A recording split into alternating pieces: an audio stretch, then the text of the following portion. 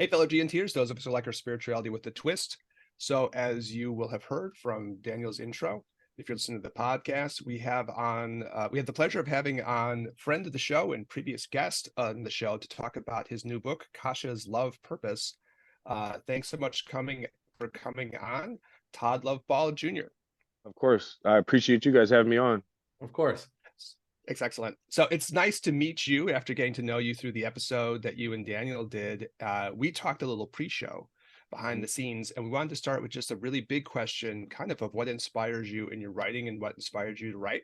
So we'll throw it out to you and kind of start big. So growing up, I was a big athlete. I was a big football player. But in my heart, I was a spiritual writer. I loved writing poems. I loved entertainment. I thought I was going to be the next R&B singer. And I just had a passion for journaling, writing notes. And as I got older, people kept telling me, no, you can't do that. You're a football player. You're an athlete. You're a trainer. Just put the book down. In the background, eventually, I finally got to just putting my writing out there. And not so much the first book, but the second book, I got lucky. Some publishing companies liked my style of writing. But overall, my main focus is my wife, really. My motivation of writing is my relationship with my wife, some of the experiences that we've been through, where she's from Poland, different cultures, different upraising. She basically raised me as a husband, a father. And so a lot of the motivation, a lot of the stuff especially in this latest book that you will see, she's the foundation of it. It's interesting to me because I felt like in the interview and then looking at your books, and we'll talk about this one, but I kind of peeked some of the other ones too, just to get the feeling of the overall kind of trend of your writing.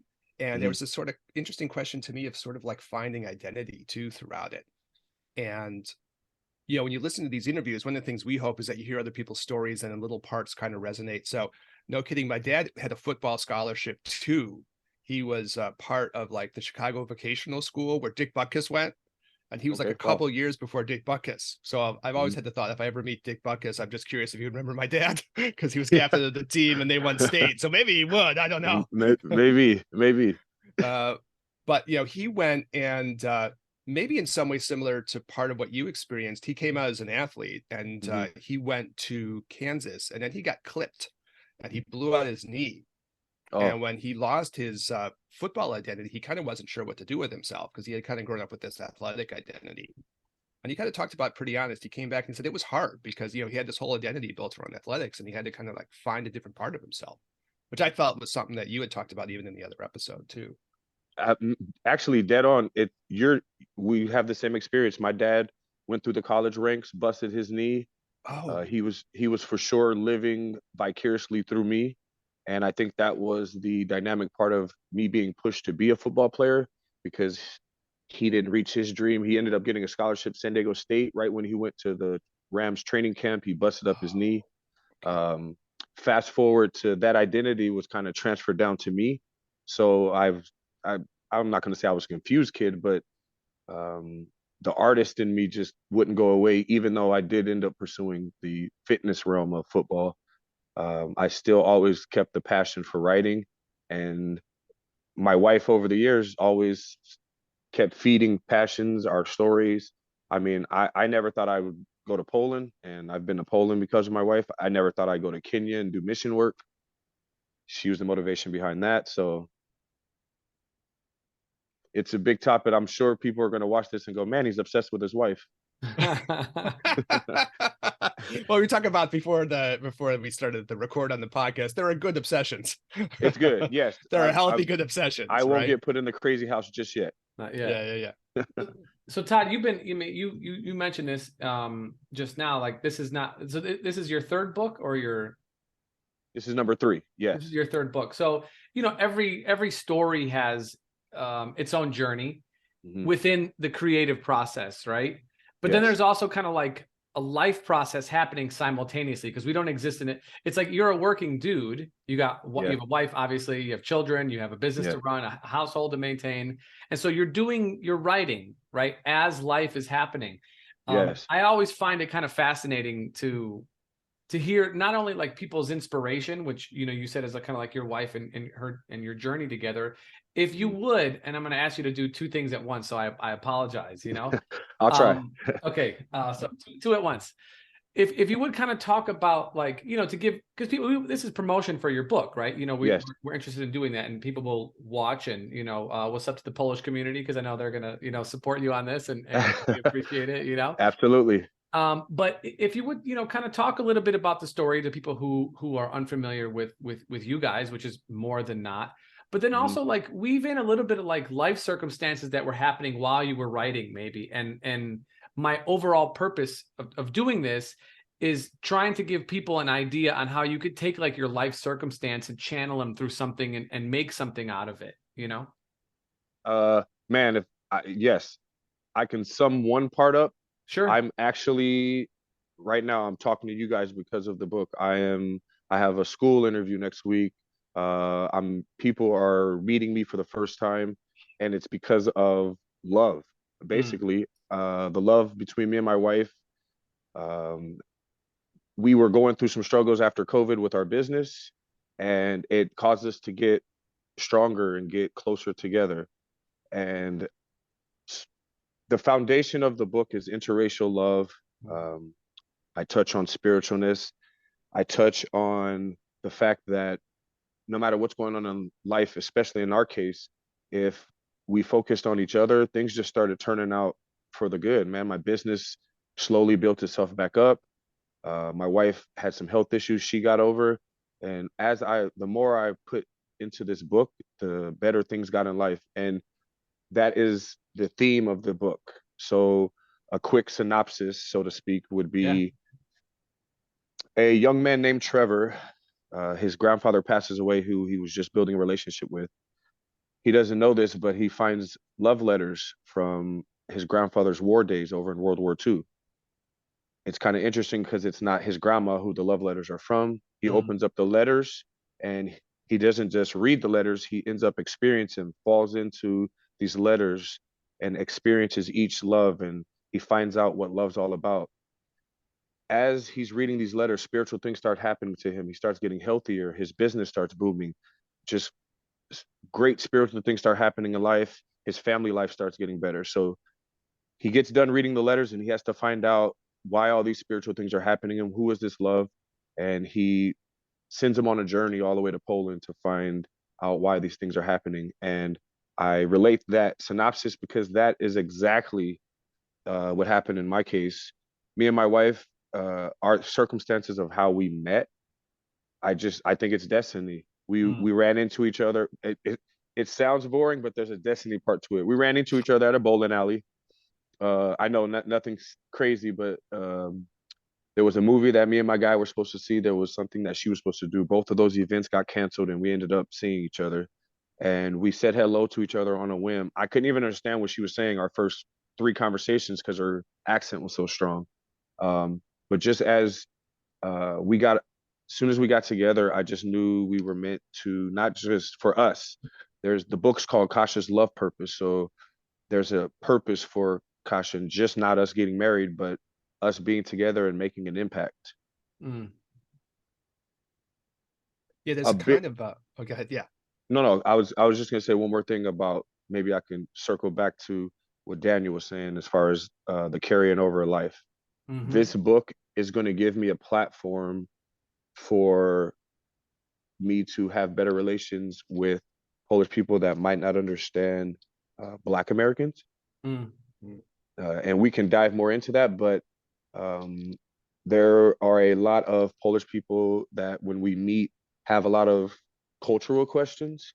When we were in Poland, I mean, they were looking at me like I was an alien, and it wasn't racial. It was more curiosity. It was more trying to learn as I'm learning their culture, and the fact that you don't see many Black Americans that speak Polish. So there's a lot to unpack with all in the book, but the foundation was the love for my wife.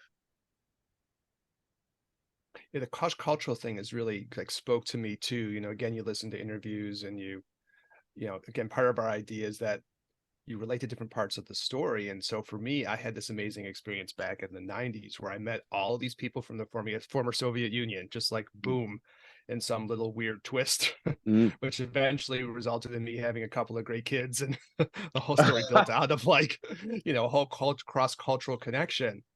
And it was something kind of interesting, because I all of a sudden was connected with a whole nother culture that I never would have had a connection to. I mean, it's funny in that, my grandpa was from Russia, my grandma was from Poland. So I have some whatever karmic roots going back there Yeah. somewhere or Oh another. yeah, for sure. But it was interesting because I met all these people and they were obviously very different and but wonderfully so. And all of a sudden I kind of grew through knowing people from a different part of the world who just brought different thoughts, ideas, ways of looking at things into my life. It was like a transformative little period for me, for sure, that continues on to the present day. But yeah, so I relate to that cross-cultural connection too. It's kind of deep, right? Oh, absolutely.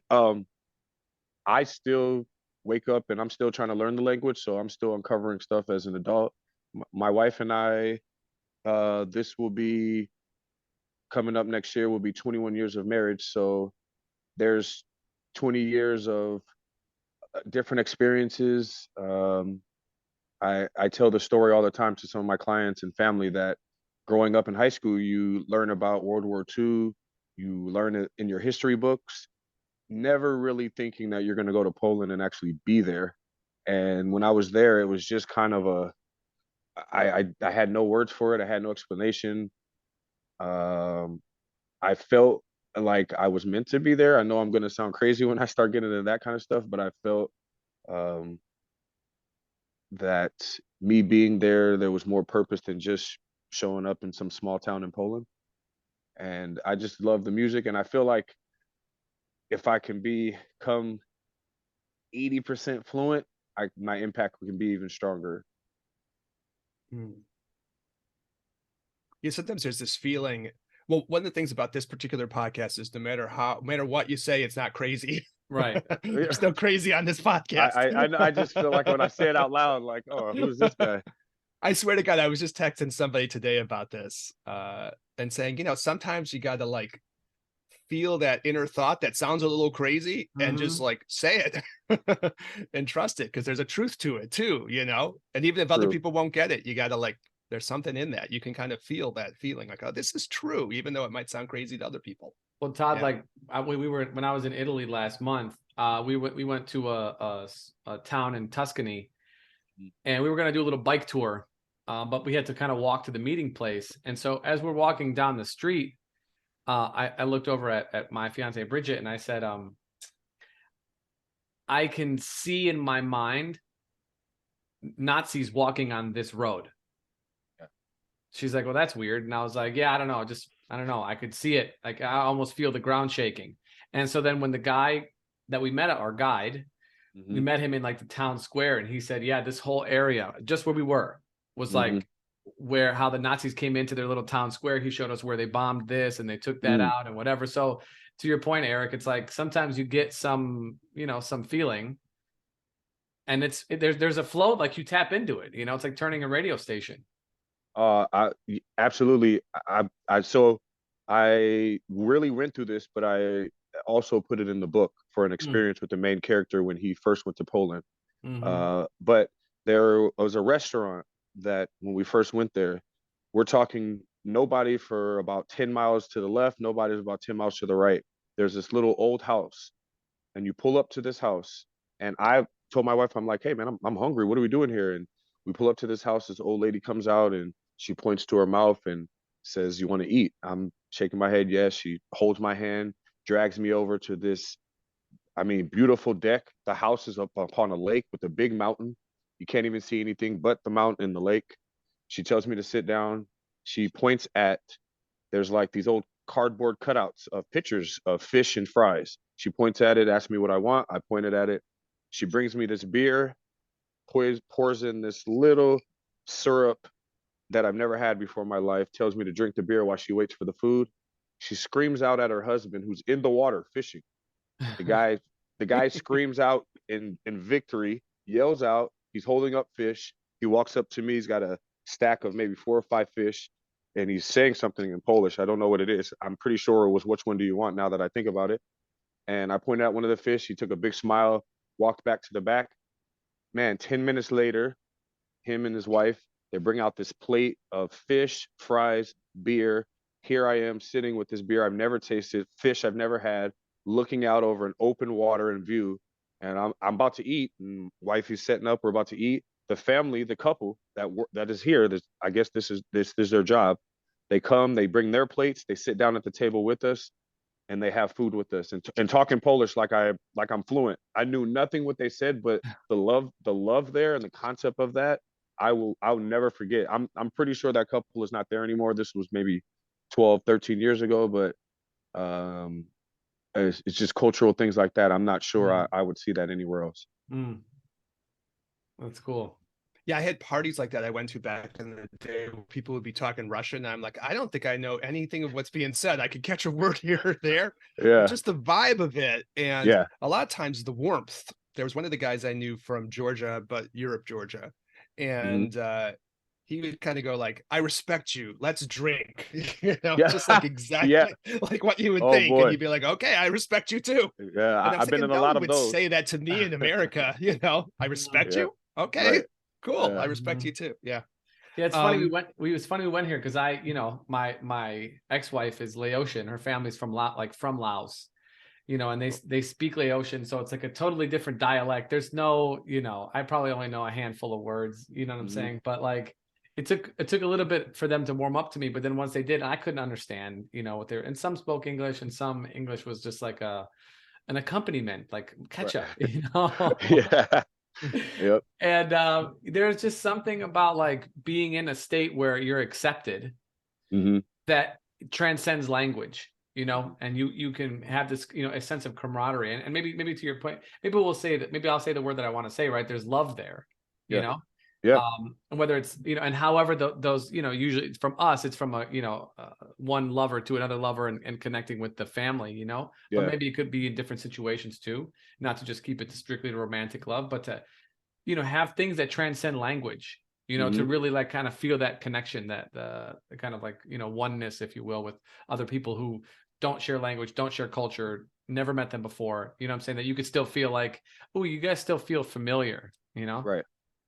I feel that a lot within the Polish community. I think most of it is because they know I love their culture, and the fact that I know a little Polish, it took the time to learn something. I get a lot of respect, especially from the babcias, the grandmas of the world. I always feel the love from them. There's never been a moment where there's not a respect that I don't love my wife, but the culture. I'm big with mother-in-laws. You have to like just like eat the pierogies and the little puchkis and stuff like that, There's only one pierogi that I like. It's the meat pierogi, and my wife, for me, my kids didn't like the Polish food, so I only ate it a little bit. But the meat pierogi is one of the faves. Yeah, my uncle who passed away, he would make his own. Sit there in the kitchen. My brother would sometimes make them with him to talk about Polish culture. I could do the potato. Yeah. I couldn't do the sauerkraut. You could never get me to eat the sauerkraut. I just can't do it. Yeah. Well, I mean, the other part that kind of jumped out to me, maybe between the two books, and it's something that you alluded to earlier, so maybe I'll jump back to it, was you have a book called Love Against Society, right? It's one of your other books. Yes. And you asked some, like, even in the intro, you asked these really interesting questions. And I think that comes through in your writing really strong to me. Not that I've had a chance to read a ton of it yet, but in the segments I read, I'm like, okay, so you write from a very like heartfelt place. You're writing with a lot of feeling, obviously. And you're writing from the point of view of like, you really have something you're trying to say. You definitely have, you're not just telling a story, but there's something you're trying to communicate that's even, deeper than just the story itself. That comes through really strong. Is that something you think about in your writing? Absolutely. You had covered it, and I think Daniel had said our art kind of carries over and transforms from our life. And so the love of society concept came from when I first when I first met my wife, our marriage, we got married pretty fast, admittedly so. I wouldn't, if my daughter was doing the same route that we went, I would have some questions. We She moved in with me after dating 3 months. We got married month 4. She got pregnant month 6. Anyway, there was a lot of connotones from both sides, on her side of the family and on mine, that weren't necessarily supporting. And I'm probably being nice when I say it that way. So I always had questions in my head as far as when I write this. I wonder, is anybody else going through this? I wonder, are we the only ones that have, where the Black side of the family is questioning if the Polish side is really in love, or is it just about the papers, or vice versa, where her family's questioning. Look, there's no question. I probably said this in the other podcast, but my mother-in-law is a prime example of, when Polish people come to Chicago to learn English, they watch the news. And unfortunately, on the news, the portrayal sometimes of the Black American is a little aggressive. So I wanted to put that out there and kind of have that as far as like, hey, we're living this life. This isn't just some news special about race relations. This is everyday life. I can even tie it into Kasia's love purpose. One of the main things that got this idea in my head was, when my wife and I were in Poland, a lot of them had never left the city that we were in. And they had a lot of questions about like where I was from, what tribe. I got a lot of questions about what tribe I was from. And it made me wonder, it made me think about, man, in World War II, there had to be a Black that loved the Polish. There had to be an Asian person that loved a Mexican. It just had to be. And I get that interracial marriage wasn't legal until 69. That doesn't mean that there wasn't love way before that.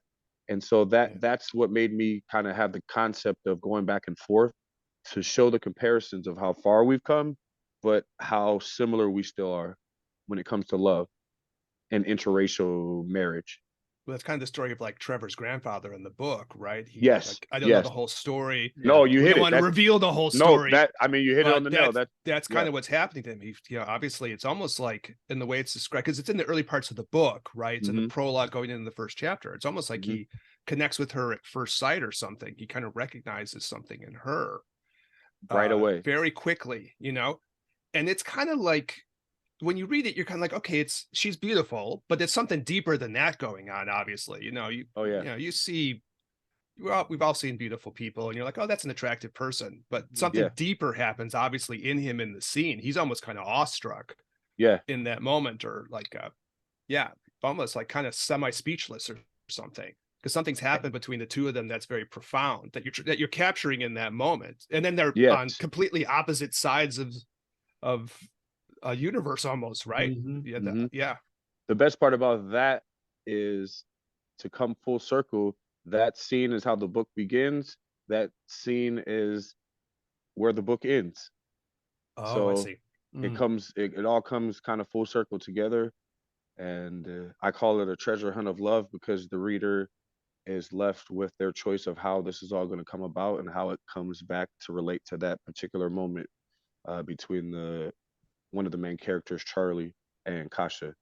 Yeah. So Charlie's like Trevor's grandfather, right? Who's sort of another, like, kind of like, there's almost like two protagonists in the story, Trevor and Charlie, and then, Kasia too, being kind of a third. Even more so, somebody asked me, is the book title a phrase or a question?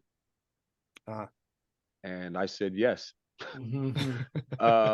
Just because when you read it, there is more purpose than just one.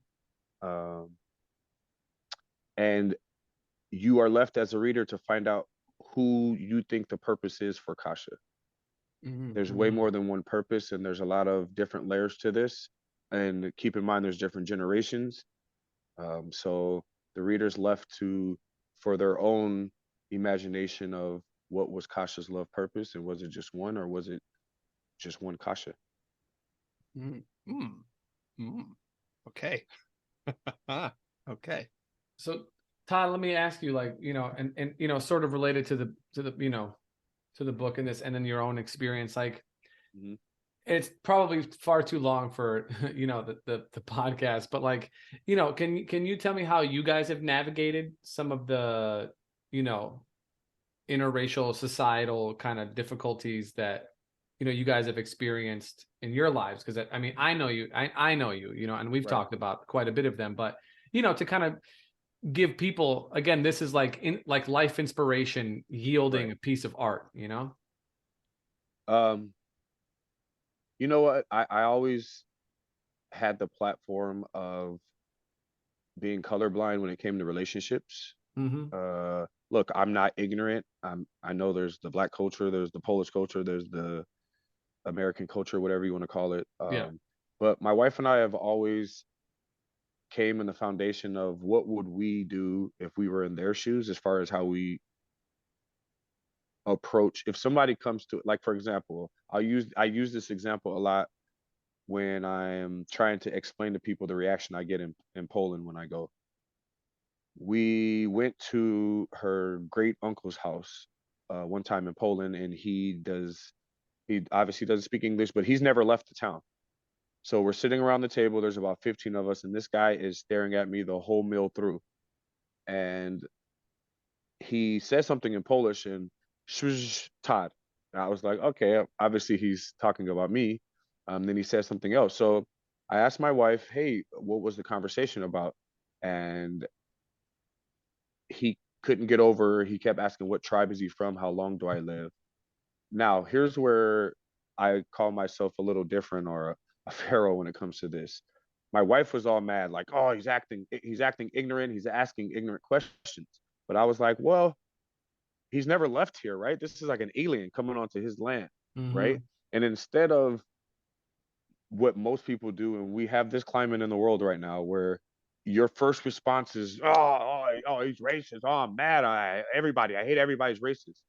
Let's take a step back, actually, and instead think with a different mind frame, right? Not everybody's racist because somebody says something. And I feel like me and my wife, because we are in a two culture marriage, we always had to acknowledge just to see one color. The way we raised our kids, um, the way to the nail of the way we named our kids Polish names because I knew in the community they were going to be seen as Black. So I wanted to make sure my daughter's name was Anastasia, and I wanted to name my son Dominic. And so that would strike up conversations. It does it now. My daughter's in college. She's in a predominantly Black neighborhood, and people are like, whoa, the name Anastasia. That gives her the platform to be like, well, my mom's from Poland. This is my other side of my culture. And I'm going to tie this back to the book here.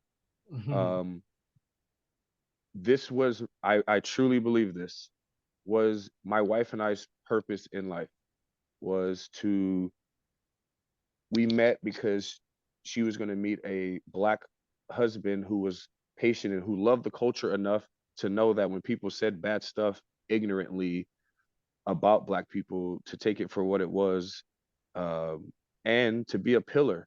I've seen this. I always say, I don't know if I said this is Daniel. We probably laughed about this before, but I always tell people that our relationship works because when we are in a all Polish setting, I am not Southside Taishan. And what I mean by that is I've had friends who are in interracial relationships, and when they show up, they become the angry Black guy, and they sit in the corner, and there's a certain aspect of they're feeding into the stereotypes that people want to have. Whereas when I come into a room, I wanted to learn the language so there can be a communication. I wanted to be able to say hello in their language so they see I made the effort, and there was a different mindset, right? I wanted them to have, yes, you're going to learn language on the news and you're going to see the bad, but I wanted them to have another person to look at as far as what was the purpose of our relationship. And I felt like me and my wife, we have a lot, there's still a lot to do, and we still have a lot of platform that goes into when we do our mission work in Kenya.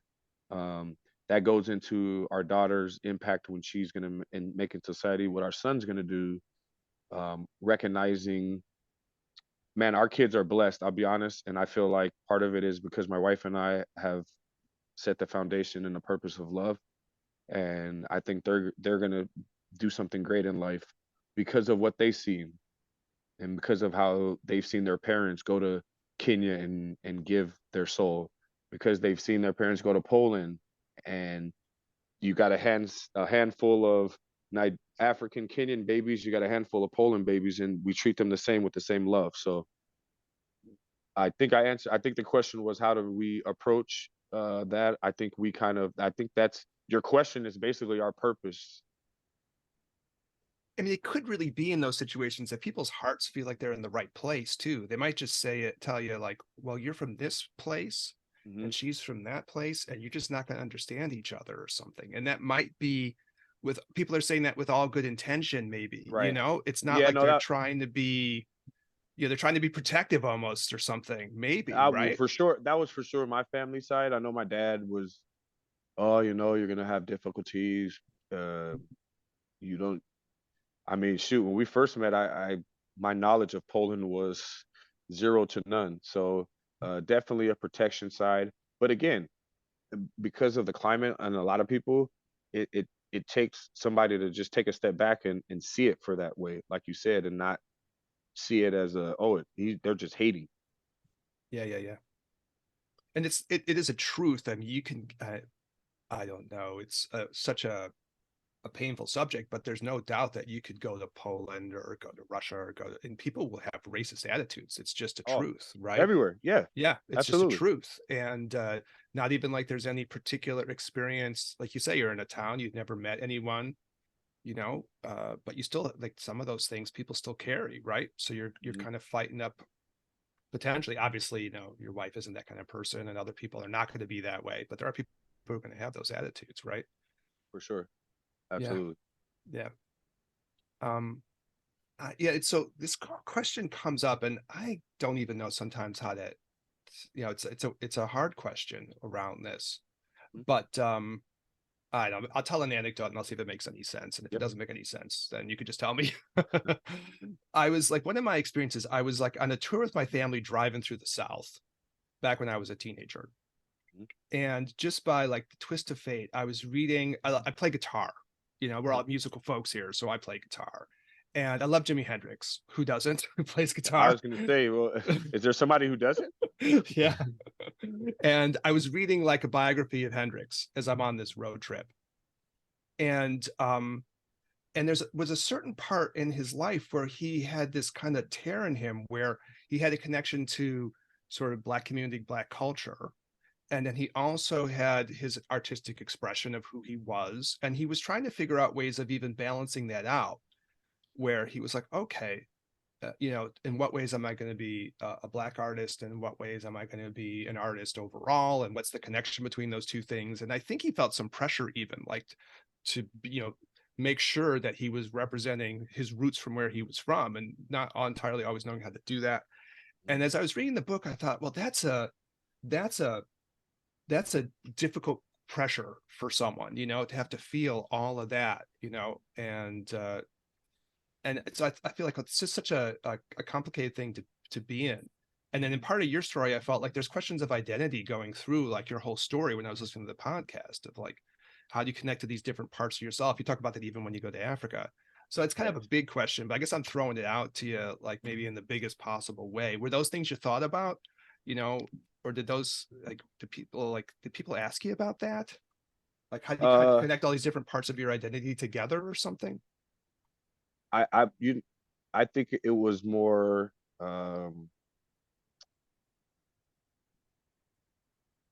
that's a good question. I know it's a tough question, and it's a weird one. And I was thinking, how do you even ask these kinds of questions because they're so deep, right? No, I think part of the identity, I guess, questions would be, okay, so I married a Polish girl, right? I married a Polish woman. I'm in love with the Polish culture. We do a lot of how do you say, Polish traditions. So I guess my question would be looking in the mirror, making sure you're not losing, I guess, your culture you grew up with, or you're not ingraining your kids with. Um, here's a tough topic, and I think maybe this can clear up a little bit of. So my daughter went off to USC, and I'm in a pretty suburban suburb, if you know what I mean. And she went off to USC and said that, Daddy, you didn't give me the ultimate cultural experience. Now, I laughed at that because I was like, your mom is Polish and your dad is black. I'm not sure how much cultural infusion you can get, but I got what she was saying as far as, um, I guess, the black culture life she was trying to insinuate that I didn't give her. And so that's when I kind of look in the mirror and go, okay, what does she mean by that? Like, what does she not get? And it's like you said, it's a confusing identity where this is what my dad had talked about. Hey, your kids aren't going to have an identity because they're going to be black, and who are they going to associate with? And then are they going to associate with the Polish? And I feel like that's a job for me, and my wife did a good job overall of be good people, do both cultures. Obviously, if you are feeling hate from one side or the other, they're hating on both sides, really. And then I think another side of this topic is whenever I am in a Polish setting, for example, we went to a play last week that was a Polish play about a young World War II soldier who passed away, but he was a poet. Whenever I go to something like that, there's no doubt the elephant in the room is I'm the black guy that knows a little Polish, right? And I get the reaction is still the same. First, they like, okay, hey, everything is in Polish. Do you know that? Do you know that? Are you sure you know that? And I understand that. And so me trying to make the identity of hey, don't just see me as Black Todd, see me as Todd, kind of. That's also why some people ask me why I didn't put my picture on the book. I didn't want them to pick up the book, look in the back, and go, oh, hey, this black guy's writing a story about some girl named Kasia or about the Polish culture. I wanted them to pick up the book, read the storyline, see what it was about, open it. And then when you get done, at the end of the book, there's pictures of me and my wife in Poland with the kids, hanging out with the grandparents. And what it does is you get done reading a book, you have images, you have the feelings, you have the emotions of the book in your soul, and then you flip and you see me and my wife and the kids, and it just kind of pulls the book together. Yeah, one of the things that oh, sorry, Daniel. Yeah, so like I think this is an interesting part of the conversation, and it's really like, so Eric and I, study East Asian philosophy and spiritual practice. Okay. This is not what we were raised with, right? We were raised, more on the Catholic side of things, right? And yet we have drifted voluntarily over to the things that we find that have more meaning for us, right? And, myself personally, like I'm not full Arab. I'm half, the other half is like Italian and Polish. My last name is Polish. So, and my grandmother spoke Polish. Like I'm, believe me, like pierogies, chagnina, and like, all the stuff. That's what I'm used to. All the holidays, Dill on everything was what my experience. Dill on everything. Nana, babushkas, all the, what I'm saying? Like all these things, right? So, but I identify with the Palestinian side, with the Arab side, because growing up, that had the strongest amount of culture that spoke to me. You know what I'm saying? And so I drifted towards that. So I know far more Arabic than I know anything else, and that's when I go out to eat. Like I prefer to eat that food. What do I identify as? I identify as that because that's who I believe that myself is or am, right? And so when I hear like, your daughter say these kinds of, ask you this kind of question, I'm sure that she's not the only one who gets that. There's a lot of people in mixed cultures, mixed race households, so on and so forth, which is good. That's means we're moving forward. But then it also shows that like whatever you identify as, that's your culture. Like that is your culture, because there's something there that like taps into your soul that allows you to feel like I'm at home here. Like you were looking for a place. And, part of it is like, I mean, I don't want to sound like bad, you know what I'm saying, but I'm going to just say what I want to say. Like the current culture, in the African American community is current. And it's since they've been here, post, like slavery and on, but this doesn't account for all the time where they were in existence before that, long, way longer than just 400 years before that.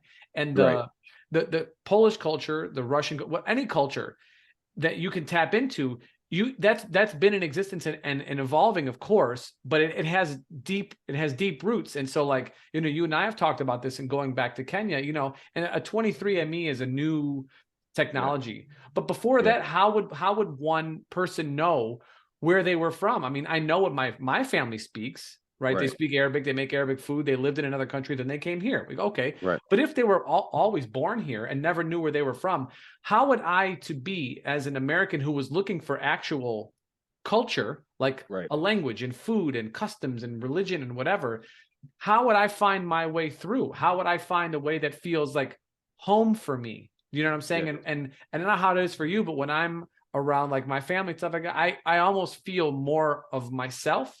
And like, I know people just by the little jokes that are intercultural jokes that you can only get when you really understand it. You know what I'm saying? And it feels good. So, for your, just for your daughter's sake, it's like you showed her the culture that brought you peace, that gives you excitement. And I hope that this conversation can kind of like give people some feeling that, like, whatever you identify as, if that makes you feel more whole, then that's where you should move towards, whatever it is. And well, that's actually, I've never looked at it that way until you just said it that way. And you both covered it at the beginning as far as identity.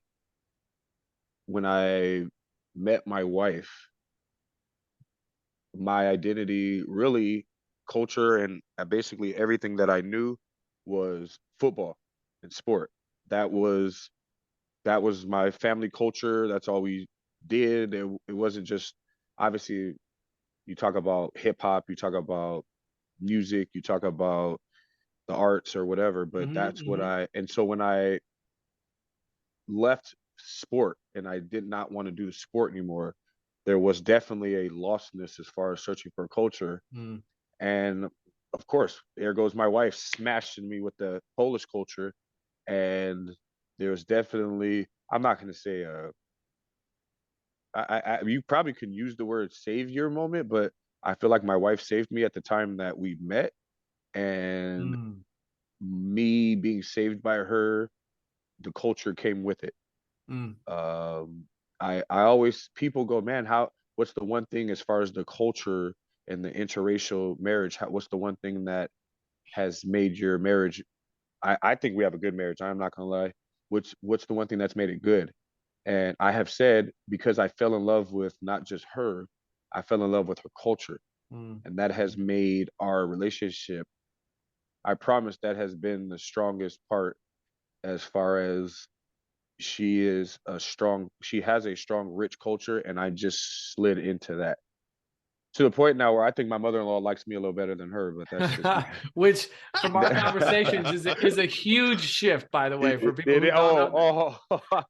Yes. This is like, that's a big, I didn't want to bring it up on here, but I'm glad you did. That's a big admission, man. So that's good. No, my mother-in-law definitely, she was at my first book signing 2 weeks ago.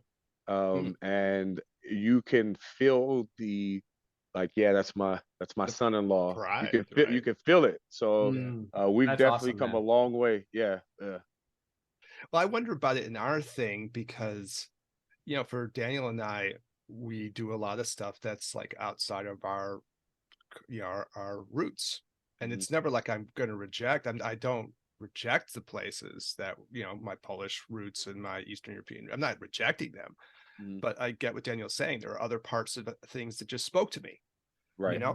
But like the thing that I think a lot. It's kind of like a major question of this podcast, and a funny way underneath the surface is that, like, I'm not Tibetan. I'm not Chinese. I'm not going to pretend to be, that would feel artificial to me.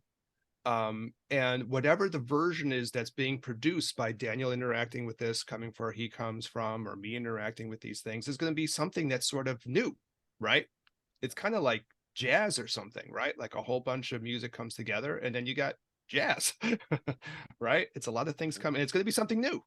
So Right. I would imagine for your daughter, and I think about this with you, with my kids too, it's just going to be something new. Something new got created here, right? Well, because Eric, you have a daughter in college too. Yeah, yeah, exactly. When I was listening to your interview, Todd, I was like, she's 20. Oh She's boy. at Northwestern.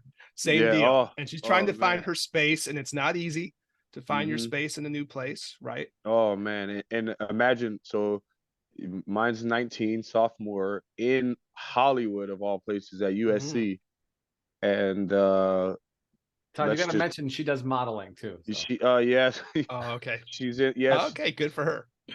we have a beautiful mix, and Uh-huh. she models, and it's just she's got a strong will, and I feel like, and it's so weird because I ran off when it was my dad and them, and tried to find myself and found my wife, and I feel like I'm looking at her the same way probably my parents looked at me, like, oh my goodness, Mm. he's crazy, what is wrong with him? Mhm. And it's just a generational learning process. Mm. um I'm positive, because she's going to look up and go, man, I had mom and dad the whole time there, and her foundation will be, she's not only one culture, but she's been blessed and enriched with too. So Mm. I Right. know you probably have hopes for your kids too. You never know, but I hope.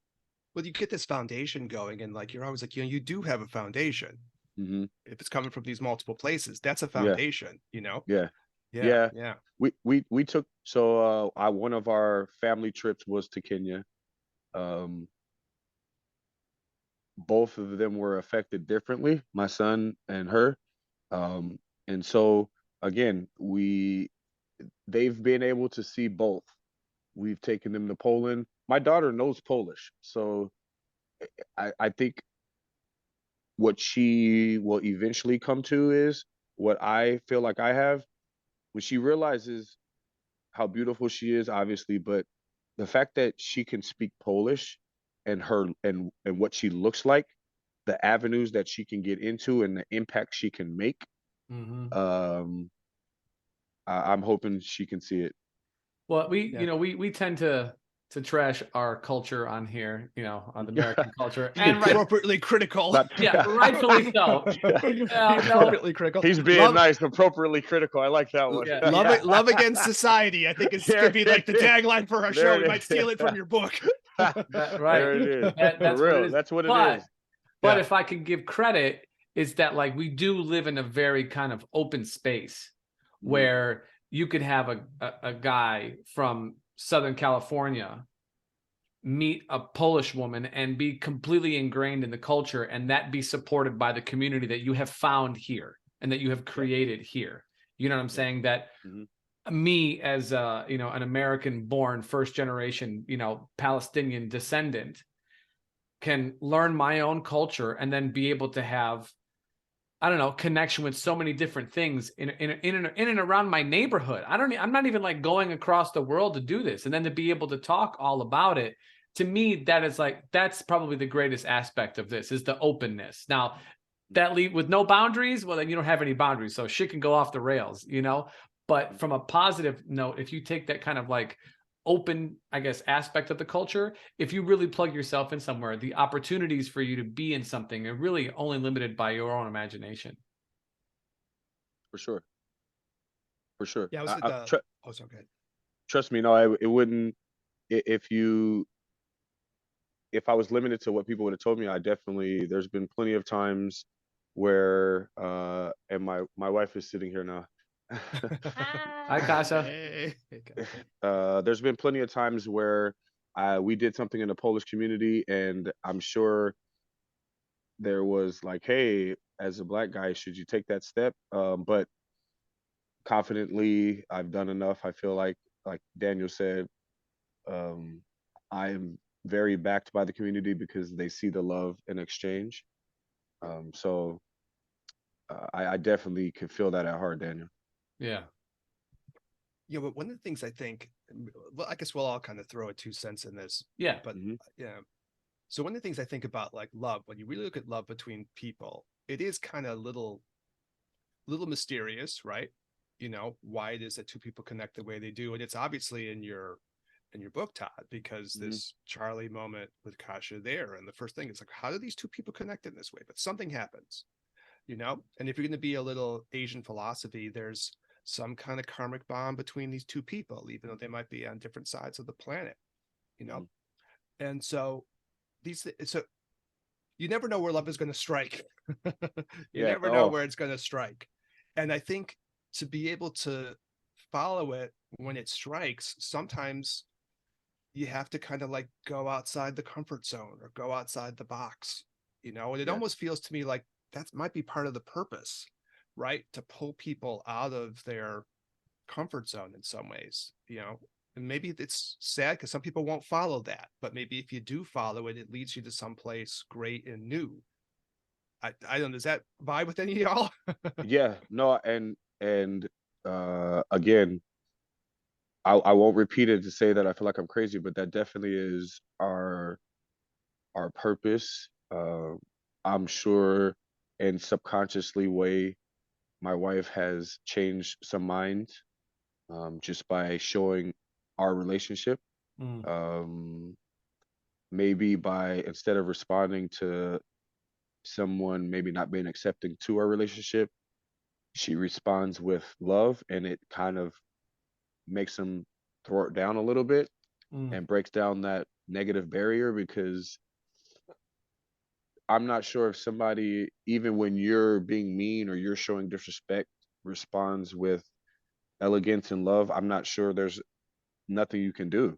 Or even if you can't respond with negativity if somebody's like that to you, so you just have no response at all.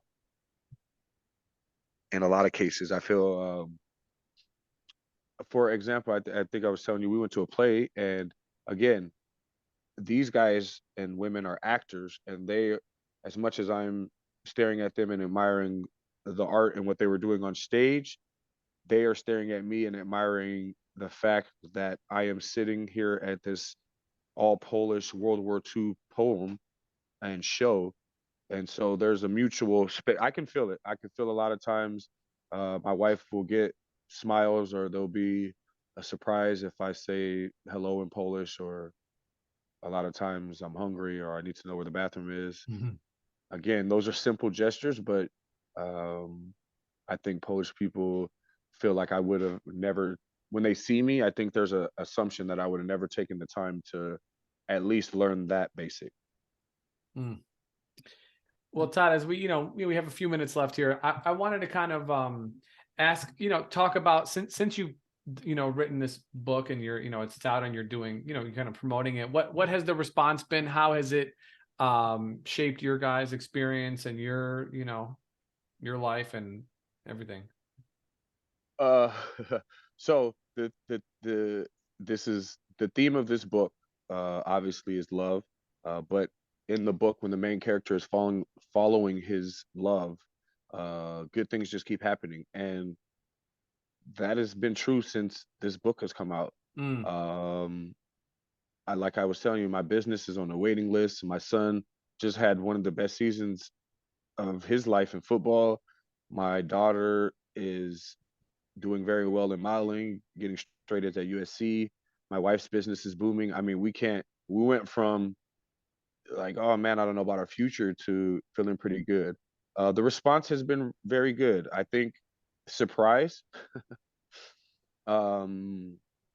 I think on an overall, if you look at me, the shell comes off as tough, but I think a lot of people have been surprised, the ones that have finished it. And right now, as we speak, it's being translated into Polish. And so for every book that I have sold, there has been at least 2 Polish people asking, when is it out in Polish? And so I think that's going to be, we talked about the platform here of this book and the platform that this gives me and my wife. I know that this platform is going to be strong when this book comes out in Polish, because here's a great example, Daniel. I haven't talked to you since then. The lady since that was at your wife's birthday party, right? yeah. Yeah. The lady that is translating my book in Polish. We always have these awkward conversations because she said, "Man, there's just not a book like this in Polish. There's not words. I use the word Black American a lot," and she goes, "That's just not in our dictionary." And so she has to change it around. And so she calls me one day, and this is when I was like, "Whoa, this could have some impact."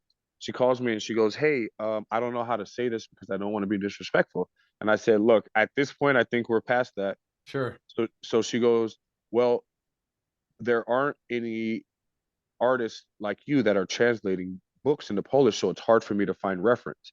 And I said, "Well, what do you mean?" And she goes, "Well, I looked up like top books that have been translated, and there's only 3 Black people who have done it." And I was like, "Okay, well, let's use that." And she goes, "Well, it's Barack Obama, uh, Nelson Mandela, and I believe I forgot who the third one was. I believe it was Tina Turner." And so I was like, "Well, I'm sure there's more." And she goes, "No, Todd, that's what I mean is those people's books were because Tina Turner was just happened to be popular in Polish. And so Right. when she wrote a book, there was a need or a want. Um, Obama just happened to be worldly, so that happened. And Nelson Mandela just happened to be worldly." But she goes, "What I'm trying to say is there's no basic guys, no basic authors or no guys that aren't presidents, ex-presidents or ex-leaders or ex-rock stars that are writing books like this." And So she's so looking at your actual prose and your actual writing, going, "Okay, how do I do this?"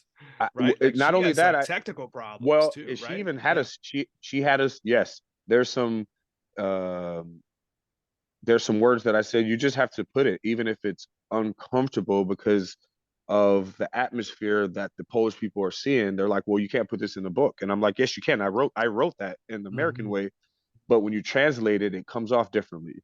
And Right. so I feel like when this book comes out in Polish and I'm able to have the same love and respect and atmosphere that I'm giving, I think it's the platform's just going to get bigger.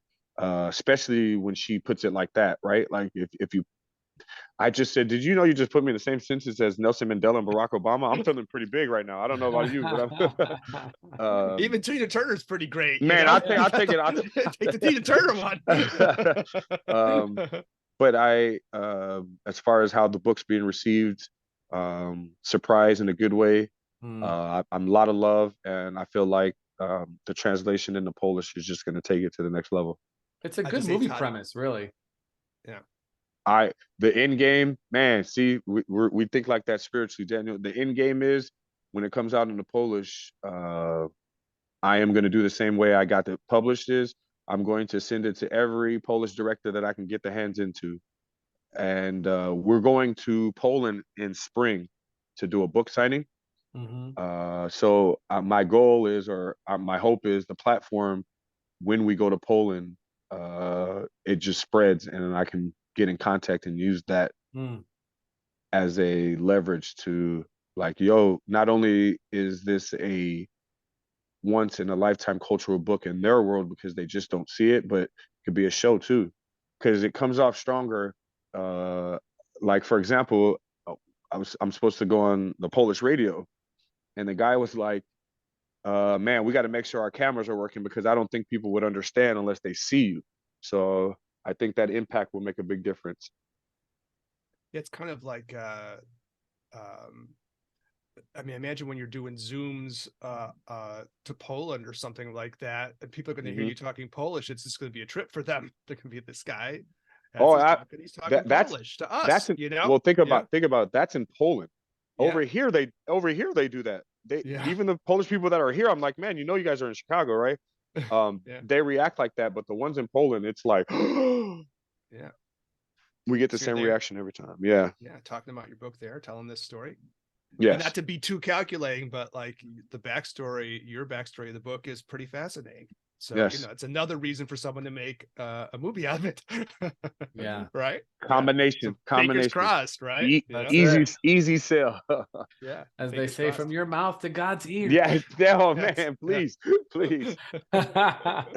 Make it do a Netflix series, I'm all do about 6 it. episodes on it. Todd's like, I'll take a Hallmark film, whatever. Man, I'll take everything you just said. Yes. Yeah. Okay. Well, story deserves to be told. It should be Well, told, right? I'm learning. I'm the closer it gets to those moments, I'm trying to be prepared, and the more Polish I know, the better. This is like a little tiny point, Todd, but just throw it out. Have you thought about doing it as an audiobook in English too? Yeah. Has that Yes. crossed your mind? Yes. So I have to take the time out to do the audiobook,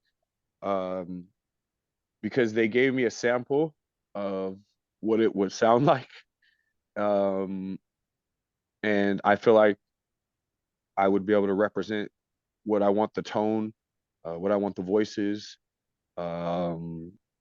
just small minute points on the audio is a little harder, but I am planning on doing that. I got to block off like a whole week and just sit down and also too, it's actually a really funny experience because I don't take myself too seriously. And when you're reading a book out loud and just something comes across your head, it's a pretty funny experience. So um, I think the publishing company, if I get to the point where it's like, hey, you need an audio and you need to do it, I will just have them put in their template system to do it. But yeah, that is in the process. Cool. Awesome.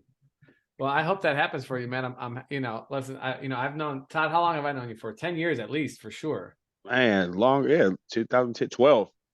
Man, that's a long time. But I Yes, could sir. say, Todd, since I've known him, has been learning Polish the entire time, not just speaking, but writing and reading as well. Todd always walks around with a notebook. Todd's always writing. He's always in his craft. He's he's in it, and he doesn't, he writes journals, does everything. So like this man, he lives this. This is this is his thing. This is who he is, and I'm glad to have you on, because Appreciate I like showing you to people that there's people like this who do this, you know what I'm saying, yeah, and are real people. Like that's you the still part have. where we try to be inspiring, right? To say, hey, look, here's somebody doing this thing. Yeah. Maybe it dings some bells in other people's heads to go, hey, I could maybe take some part of my story that's unique or something. Maybe I can share parts of myself too. Already, a lot of people, and in one way or the other, a lot of people over the last few weeks since it came out have been like, you know what, I've always wanted to write a book, and I'm just do it. If I can do it, you can do it. I have to say, Todd, I'm like inspired because I'm halfway through my own book about love. I got one too, and I'm writing, so I'm in it, and I was just sharing it with some people recently, and like getting some decent feedback on it. And I was like, then Daniel told me we're gonna do this interview, and I was like, okay, I feel inspired by what this guy is doing. No such thing as coincidences. Yes, that's right. No such thing. I should hear that book. I should read that book. When you're done with it, I want to read it, and we'll come back in full circle and talk about your book. We'll swap it, right? There it is. You can get translated into Polish. I have like Polish. I'm with it. I'm with it. Yes, that's gonna be my new business: getting books translated into Polish. Hey, low key, you might be all right, man. Hey, you started it first. You had the idea here first. Well, before we wrap it up, Eric, I'm gonna give it to you first, Todd. Is there anything else that you would like to share that we didn't get a chance to get to? People who haven't heard it before, or whatever, whatever. The floor is yours. Man, I appreciate you. I'm all about love. That's what you're gonna get when you read this book. I hope you can, while it's fiction, there's a lot of true stories and experiences from my wife and I. And if we can motivate one person, like you said, to write a book or to love, or to, hey, if I can motivate one person to pick up a Polish book and learn Polish, I'm all about that. I'm hoping this book gives us the platform to do even more. I feel like me and my wife are bound for a lot more. And if you want to see the book, Kasia's Love Purpose, Amazon.com. Eloquent Books New York is my publishing company. I'm on Facebook. I do a lot of Todd Love Ball Jr. on Facebook. I'll leave some links in the description. Yes, sir. There you go. People get a Yep. hold of you. Yeah, for sure. Okay. Do you? All right, bro. Yeah, I'll ask you about that, all that. But Mm-hmm. okay. All right. Sweet. Well, you know, we're always happy to have you on. You know, it's, you know, anytime, man. You're always welcome. Thank you. Thank you. It's a pleasure. Yeah. Eric? I just you know, thanks for doing something inspiring for people. And I think the point you're making is sometimes something we bring up too. There's a Joseph Campbell, Daniel and I like to reference him occasionally, who has this thing, follow your bliss. And like, you're kind of like almost saying, if you follow your love, who knows where that might go, right? That's part of the message of the book, you know. So thanks for writing such a passion inspired thing, and for sharing it with us. Thanks so much for coming on, Todd.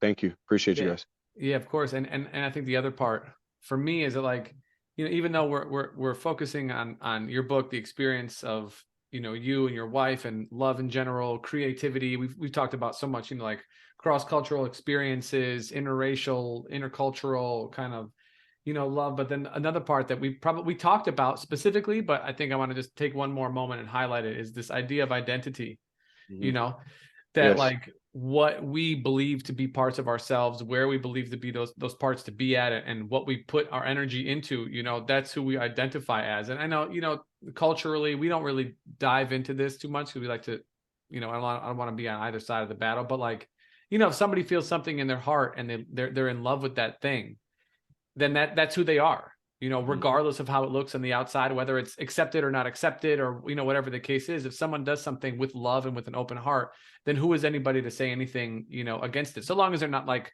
harming, right? Obviously, you know, you can't like, I want to kill every bird I see. That's, you know, it's probably, Then they put you in the crazy house. That's not a great love. Yeah, that's not a great love, but that's a swing and a miss on that one. Yeah, but you know, like, but like really and truly, you know, we do live in this culture where like openness is the whole, right? Freedom, right? Everybody loves freedom. We love being free, whatever that means, you know. But like for me, in a practical sense, the freedom to choose, the ability to do whatever you want, become whoever you want, literally, even if it's cross culture, cross gender, cross whatever, you know, then you do your thing. And if that's who you are, and like you, Todd, and your wife, like if your life is an expression of love, then who is anybody to say anything other than, damn, that's good, you know? Absolutely. Nothing wrong with being obsessed with your wife. No, or your husband or boyfriend or girlfriend, or, you know, you know, just make sure they being obsessed with the love of your life. Yeah, that's to be your dogs. Right, or your cats, or your birds, or your fish, whatever. All day. And, you know, or spirituality, right? Yes. Or, you know, or God, right? Because like we talked, we didn't get into this time, but maybe, you know, when you come on again, Todd, you know, we were just talking about, you know, connection, like love connection as a means to connect with the divine. Yes. And you know, we didn't get it. There's no time to do justice to it, so we'll leave it for now. But maybe another next segment. time you come on, yes, we can. I gotta come back now. Oh yeah, no, for sure. I you know, didn't do it on purpose, but kind of, you know, like I you know, for sure. I really because I know how committed you guys are, you know, just to like being in love, actually, not just like loving, but being in love. Right. Yes. That like that's a difference. Go ahead. No, you're right. It's a difference. The way you said it, the strength in it is the difference. Yeah, and I would love somebody. I say it all the time. I don't just love you. I'm in love with you. So yeah. And I know, I'm sure, you know, we're gonna start doing more episodes on relationships and stuff like that. So I'd love to talk to somebody who doesn't necessarily have like a spiritual practice in a sense. Like it's not like you have a certain thing that you do, but that like your love is your spiritual practice. You know, and I would, you know, using love. I would love to be able to kind of to talk to you about that, because to me it's like a very tangible way that people don't have to sit down and you're not like, I mean, you're doing some meditation in your own life, but you don't have, you know, you don't have like an altar and prayer beads. You're not burning incense. You're not praying to whomever, you know what I mean? Like, right. You know what I'm saying? Like this is, you're living it. You're allowing the love that you have for you and your wife to kind of just blossom and grow. And you're investing in that as like your own spiritual practice. So, you know, when you come on again, not if, but when, I would love to be able to kind of go into this. And I don't want to put words in Eric's mouth, but you know. Oh yeah, for sure. It's a standing invitation. That's fine. Yes. I'll come with all my stories as an ordained minister, all the weddings I've done.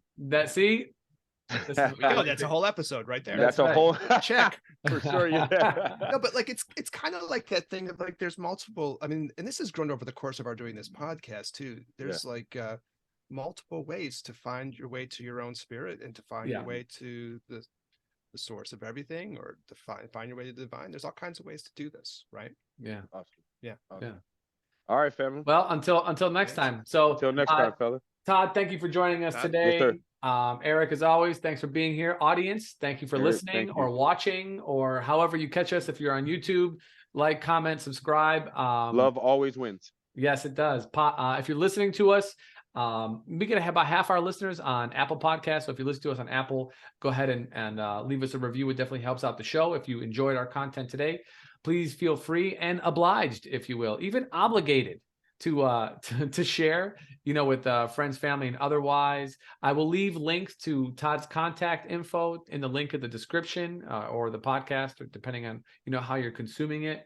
Just thank everybody for listening, whether you're in the US or worldwide. We do have a bit of our audience overseas, and so we're expecting a larger audience in Poland. That's right. Yeah, we want to grow that Polish audience, Todd. It's coming. It's coming. Good. Awesome. All right. Well, thank you everybody for being here today, and we'll catch you on the next one. All right, fam. Peace.